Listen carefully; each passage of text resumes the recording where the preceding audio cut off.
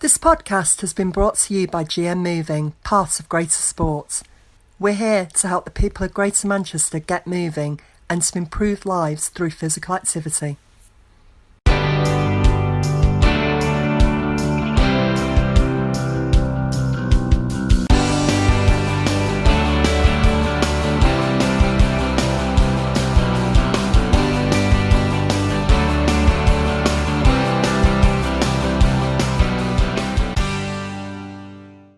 Hi, I'm Eve Holt, Strategic Director at GM Moving, and today's podcast is all around walking.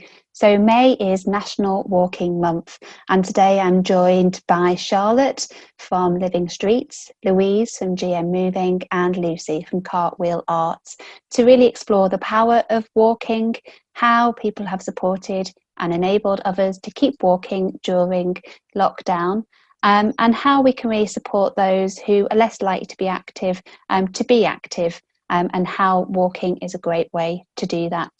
And what are the things that we need to design in to our places and to our ways of working and living to enable walking to be accessible for more.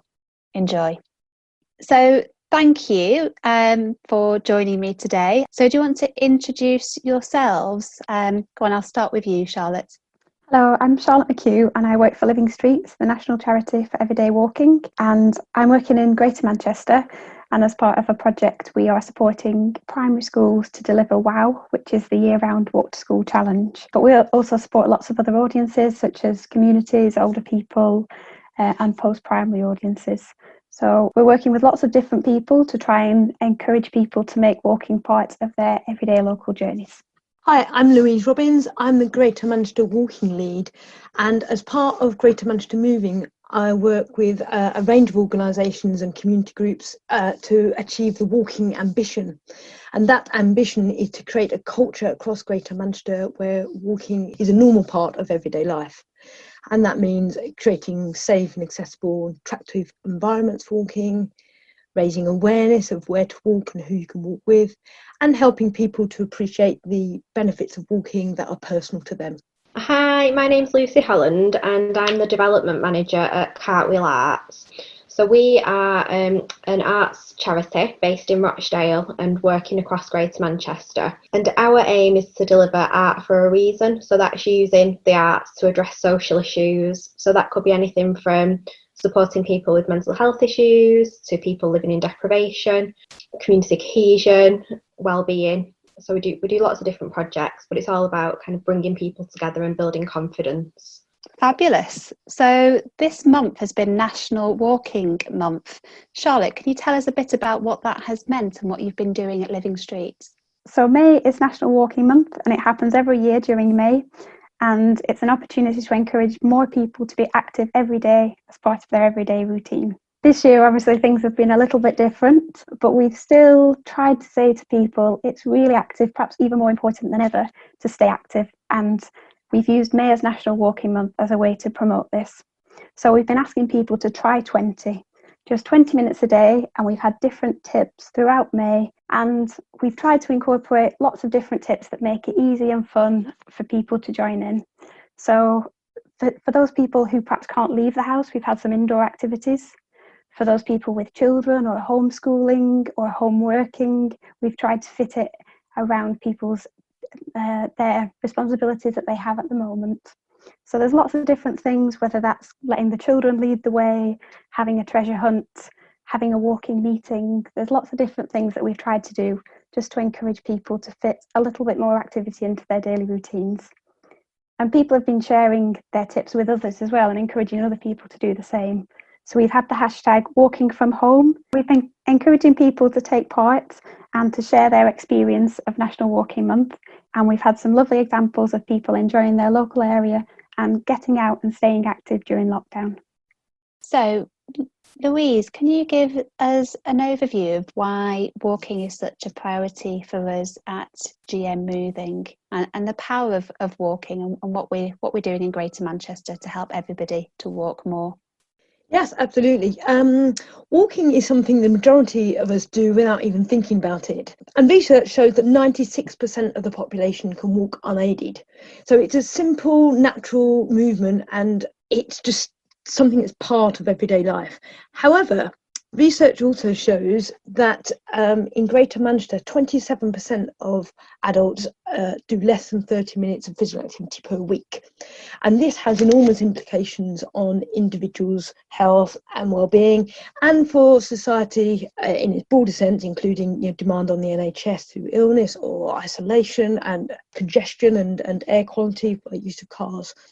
So walking is important because it's a relatively simple, easy activity that people can do, and you can do it from where you are, in the clothes you're in, and can build it into your everyday life.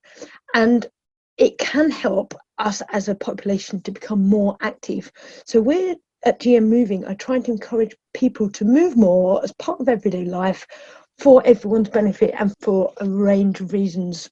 So data from TFGM tells us that a third of all journeys of 1 kilometre or less are driven, and we know that these journeys can be walked, but often are, because of our culture of dependence on the car or habits around that.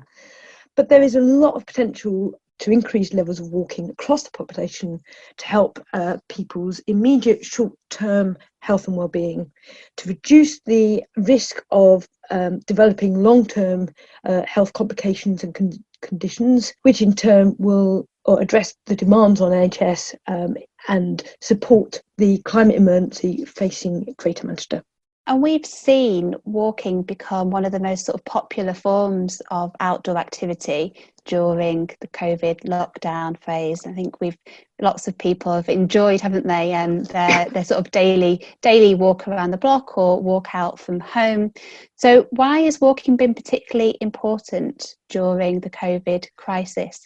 Is there anything you can share, Lucy, in terms of your work within local communities? Yeah, so for us, we really wanted to support families and communities to get out and get walking.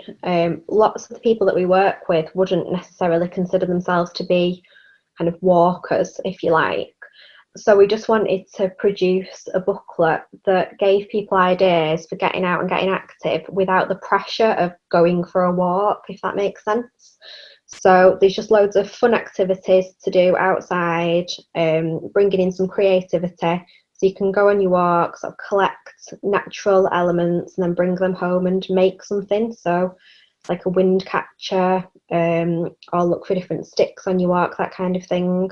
So it's just really about giving families and communities ideas to sort of get outside and get active, but also do really nice positive things as a family at a time when lots of families are living in quite stressful situations. The walking booklet's a great example of a way in which you've adapted some of your work to kind of meet the current needs and to reach different people.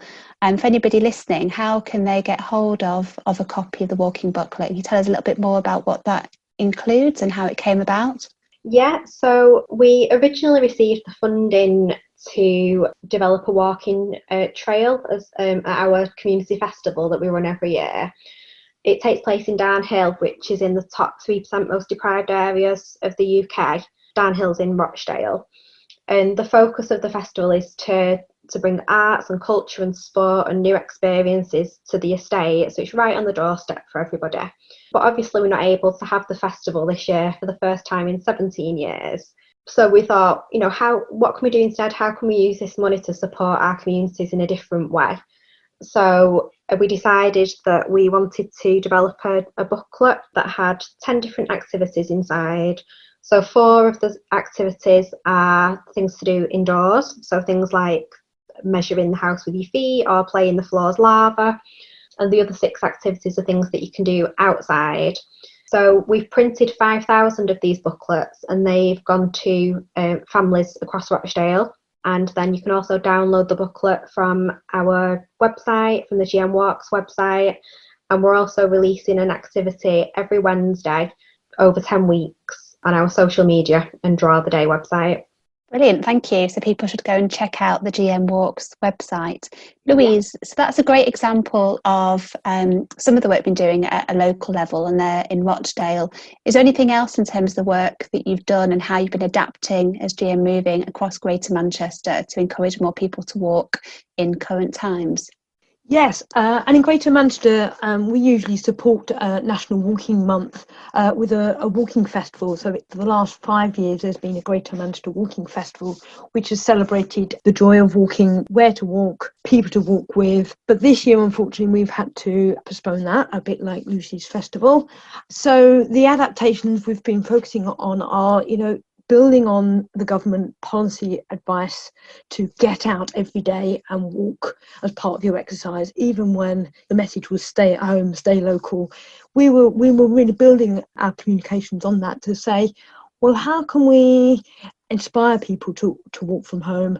Go and explore your local area, find out some facts about your nearest place, and share those findings on social media through the GM Walks Facebook or Twitter or Instagram pages. And really building on that message that it's okay to walk alone, to walk every day, and positively encouraging people to walk little and often. And like Charlotte says, building on that 10, 20, 30 minutes of activity every day. I've heard so many people talk about the sort of gems that they've discovered on their doorstep over the last few weeks. So many people have maybe got, people got used to, haven't they, the idea that you have to, don your hiking boots and jump in the car and head out somewhere to the hills in order to go for a good walk. And that's what a good walk looks like. And I feel like it's really shifted people's perception of what is available locally, of what, little delights that you find and pay attention to. And this idea that you've described there, Louise and Lucy, really, about actually, just walking out of your door. It counts. It absolutely counts too. Well, we've been blessed with a lovely spring, but actually the beauty about walking is that the pace at which you walk is just perfect to notice things around you and to take the time. You can pause, you can start again, you can chat to someone, you can start again, you can walk a bit quicker, you can do all of those things, whatever it is, just in your own. You don't have to be reliant on anyone else around you, but noticing that detail, noticing what there is around you, and getting a different appreciation of the environment in which you live or work. Absolutely. I've got a long list here of messages that I've been saving from social media where people have been sharing, their joy really of sort of noticing the blossoms and the bulbs flowering and hearing the sound of birds, and what a difference that's made for their mental health and enabling them to sort of sustain lockdown and avoid some of that fatigue that lots of us have been experiencing over recent weeks. So in terms of your work, Charlotte, nationally, how have you adapted at Living Streets during the lockdown period, and what are, I guess, some of the maybe opportunities but also the challenges that you've seen when it comes to people walking? So I think what's great to see is that people have been getting out and walking, and perhaps people who it usually wasn't part of their daily routine. And walking is one of those things where you experience the benefits for yourself.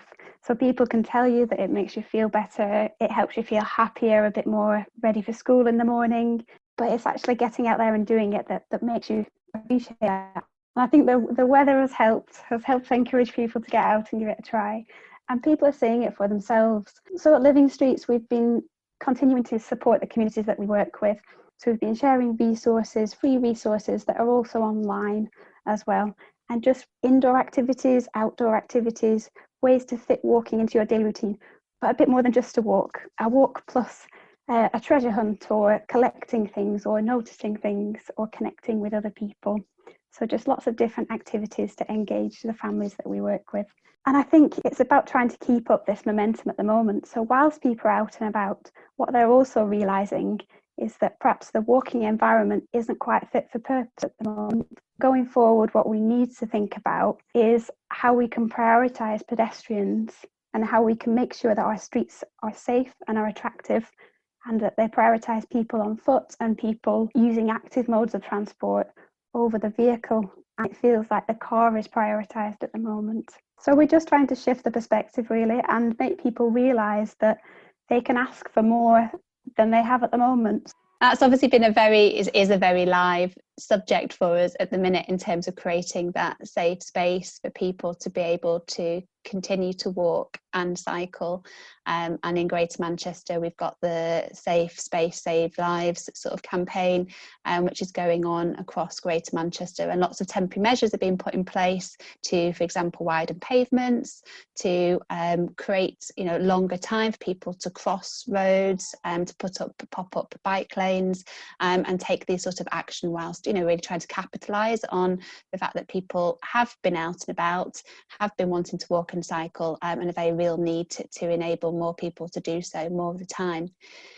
Going back to the topic you talked about there in terms of how we create places then that enable more people to do that.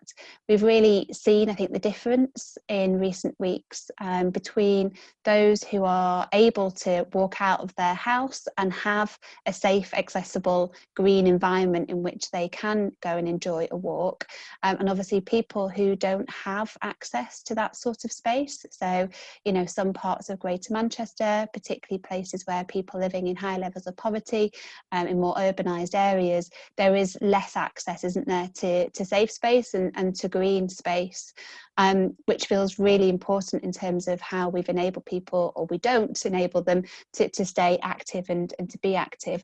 So is there anything else that you would add, thinking of you, Lucy, in terms of your work within the communities, in terms of how we can create these spaces that really enable more people to enjoy walking locally? I think for a lot of the families and communities that we work with, it's about having places that are family friendly and feel safe. I know with my own toddler, it's been much easier to go out and about with him when the roads have been quieter. If you're having to cross busy roads with lots of young children, that's quite hard work, to get to your local park. So I think just giving people lots of ideas of how they can walk in the current infrastructure that we've got is a good way to do it. But also, as everyone else has said, about building better and improved infrastructure. And as we're in that sort of build back better, and think about how we really make sure this being about space for everybody and designing for diversity.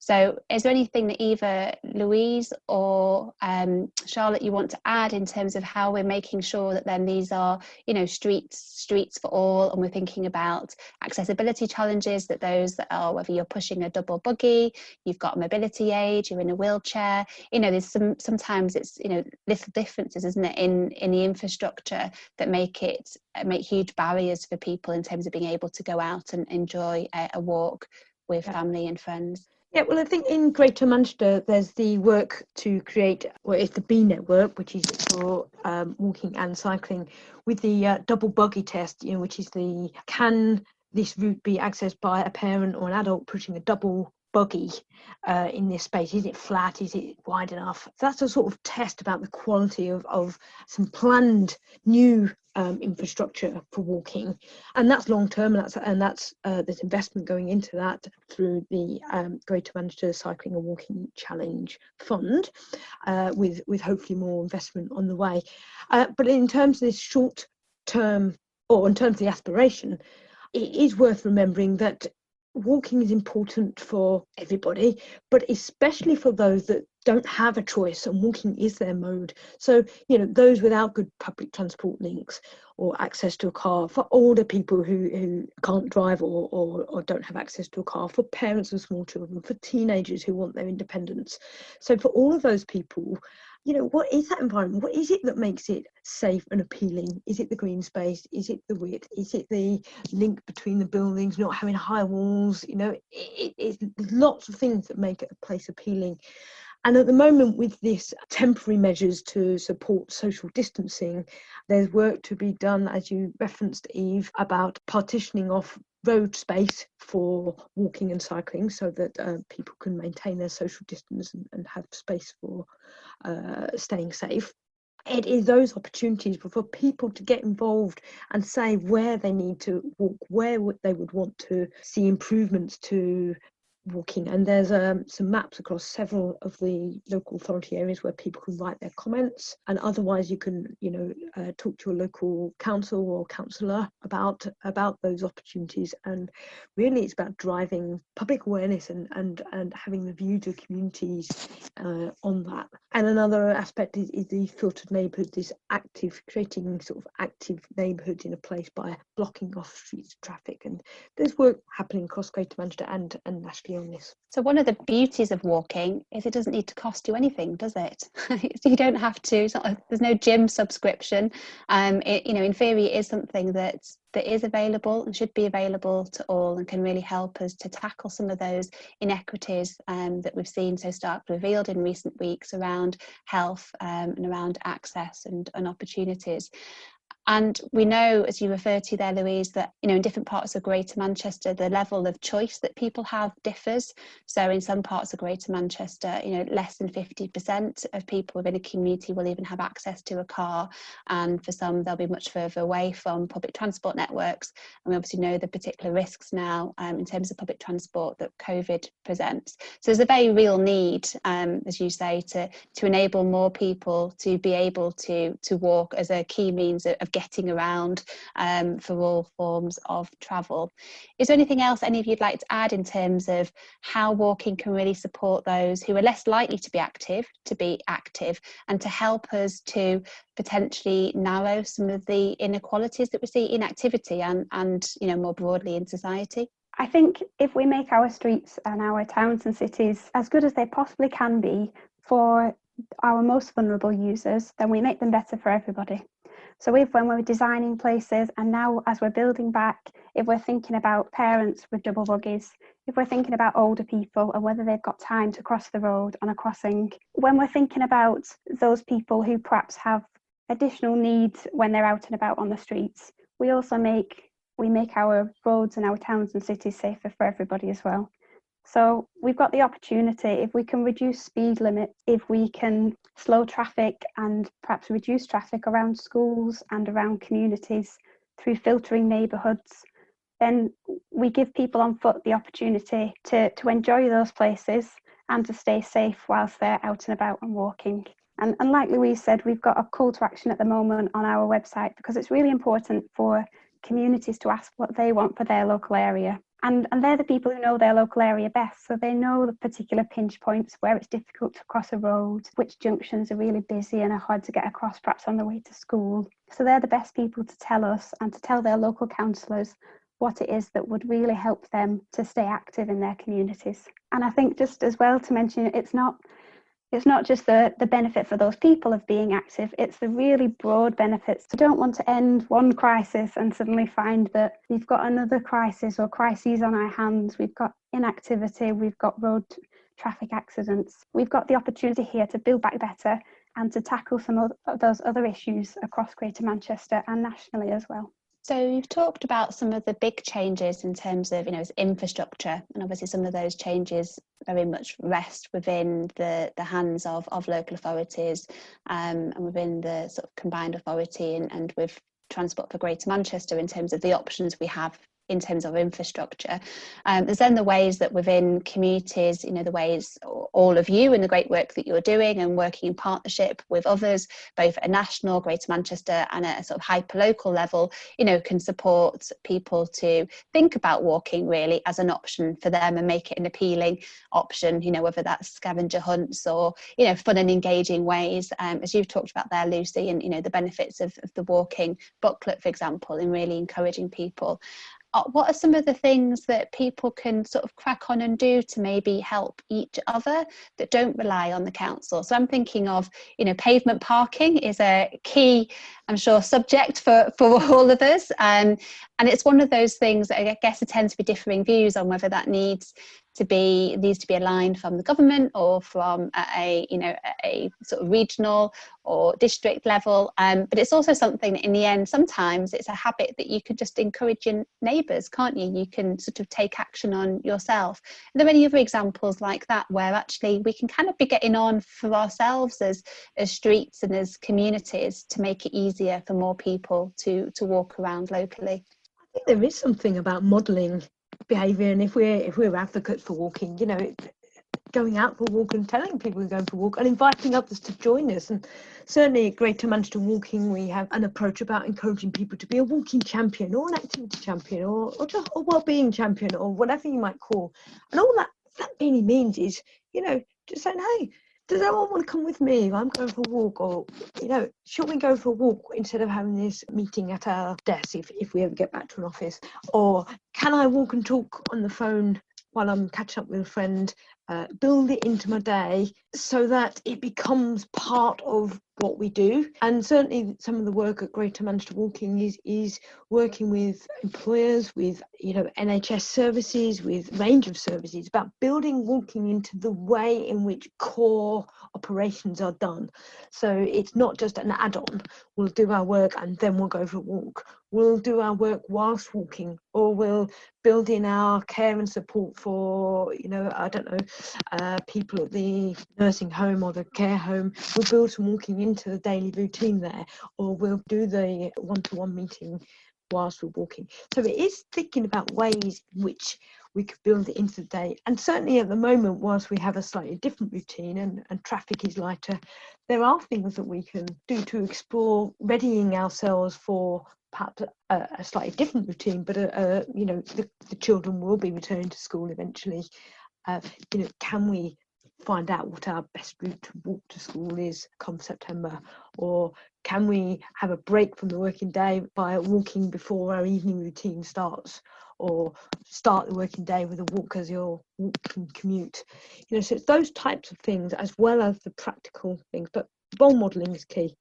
There's some clear calls to action there for everybody, whether you are up for being a GM walking champion, get in touch with Louise, but also the things that we can all do as colleagues to encourage each other, or as employers and as neighbours and friends. And at the end of the day, we're all social beings, aren't we? And it might be difficult at the minute whilst we've got to physically distance, but there are opportunities definitely to encourage each other to get out and to enjoy a walk and to inspire each other to do that and share routes and ideas and inspiration. Anything you'd want to add to that, Charlotte or Lucy? Yeah, I'd just like to add how I love that people have turned their homes into galleries. Whenever you go for a walk, you see beautiful rainbows that have been made by people in loads of different ways, displayed in their windows. And to me, that really speaks of the power of community, that we can make these things and put them up to say, we're all in this together, look what we've made. And I just think it's really powerful. And I know that lots of people have been going on rainbow trails, and I just think it's been really heartwarming to see that. I don't know if anyone else has come across them. Yeah, absolutely. Definitely. Yeah, they've certainly brightened up my daily little jog or walk. And now definitely I purposely choose different routes and kept taking photographs of all the beautiful rainbows and messages, really, which certainly brought me a bit of joy to my day. Anything you'd want to add, Charlotte? I think just like Louise said, there's, things are changing all the time, and perhaps for us, one of our main audiences is primary schools. And if people could just start thinking about that journey to primary school, so perhaps they've got to know their local area on foot, and as they think about going back, could they plan how to walk there with their family and friends, perhaps have a practice run, and just, it doesn't have to be chaotic, it doesn't have to be polluted around the school gates, and it could be much nicer. And schools to promote that as well, to promote that message about walking and cycling and being active on the journey to school. So I think the more that we can kind of live this message and each of us do our little bit, but also share that with others and try and encourage others as well, as Louise said. That real habit setting, which is an opportunity now, isn't there? We've had lots of us have picked up some good habits over the last few weeks, and how can we redesign those in the ways we get around? Just one more thing, if you haven't been active for a while, perhaps you haven't walked or considered getting out, and perhaps the school seems a little bit far away at the moment, we can start off slowly and build up. And that's the beauty about walking as a form. You can walk for as short or as long as you want from where you are to wherever you need to get, and build it up. And you can walk as slowly or as quickly as you wish or are able to as well. So a brisk walk of 10, 20 minutes, try 20 in May, can provide all the benefits of for your lungs, heart, muscles and brain that other more intense forms of exercise also provide. But if you're not quite at the level of fitness that you may once have been, then you can build up slowly. And I think that's one of the beautiful aspects of walking, is that it can just start from wherever you are. Absolutely. So the sort of park and stride model, does work, doesn't it, for some people where, they might not be able to always walk all the way from home, but just thinking about taking, a little bit of a stride at the end. I know in Chorlton, where I live, I've been speaking with parents across the local 5 primary schools who are now connected with each other to think about how they can kind of do some route planning together and create some really strong messages as schools gradually reopen, to think about what would be some routes that people can be encouraged to walk and cycle along, and where we can just let other people sort of know that they are going to be the key routes during that time, and encourage them to, if they can, to drive another route, or to be really aware and to be, go particularly slowly. So just some ways in which maybe just to really set that intention and be quite prominent in saying, be mindful, and let's support, our young people to make the active travel choices where that is available to them, and really support that. So is there anything else in terms of thinking about, both the challenges and, some of the good stuff in terms of walking that's come out over the last few weeks? Anything else you'd want to add in terms of what you want to design into the future? I think maybe just to mention about our air quality and how we've seen a real improvement in air quality across our towns and cities as a result of there not being as many cars. And I suppose that also often disproportionately affects certain communities, and how we have shown that we have the opportunity to do something about that by shifting how people travel.